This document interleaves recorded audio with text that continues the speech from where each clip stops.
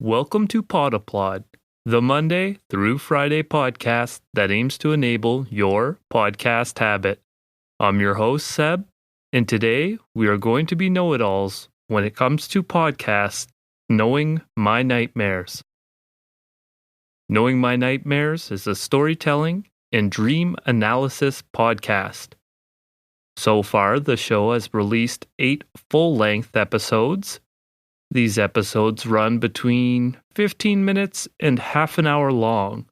So far, the release schedule has been a bit erratic, so you might want to pace yourself. I believe I came across Knowing My Nightmares via suggestion when I was asking for some fellow Canadian podcasters I could check out. The show sat around fully downloaded and primed for me, but unfortunately, I overdosed on horror podcast at the time, and I put it on the back burner for a while. I recently took the plunge and listened to all 8 episodes in a single sitting. The premise of the show is that podcast creator Charlie Conlon shares a nightmare he had in the first half of the show, and then breaks down what his subconscious may be telling him regarding said nightmare in the second half. On one hand, I'm a bit skeptical Charlie is actually having these dreams. But on the other, it would explain his erratic upload schedule. I'm just teasing. In reality, it doesn't really matter. The show is pretty top-notch either way.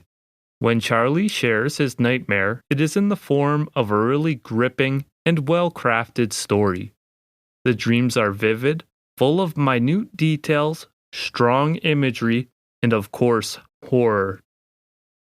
The voice is pleasant in both audio quality and delivery.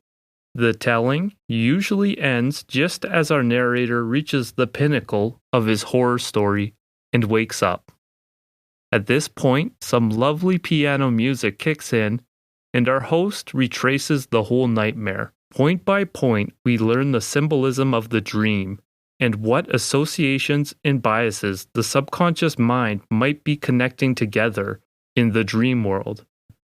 This part feels very tarot card and palm reading-esque. I'm not saying that is a bad thing either. It is entertaining to hear our host connect something in the dream to something tangible in the waking world. I find this second part of the podcast to be exceedingly relaxing. If the first part of the show gets you tense or feeling that nightmarish horror, the second half of the show must feel even more cathartic. I can't quite relate because horror podcasts usually don't spook me. I'm not trying to be a tough guy. Plenty of things spook me and put me on edge. Horror podcasts, for the most part, are just not included in that list. This is one of the more unique storytelling podcasts I've heard lately.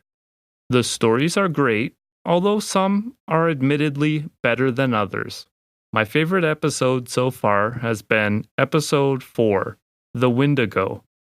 This episode was very atmospheric and included some interesting learning opportunities as well. If you're tempted to give the show a try, I would really recommend you listen to episode 4. Here on Podapplaud, I rate shows on a 1 to 5 scale. 1 is silence, 2 is a slow clap, 3 is applause, 4 is a round of applause, and 5, of course, is a standing ovation. I give Knowing My Nightmares a 4 to 5, a round of applause.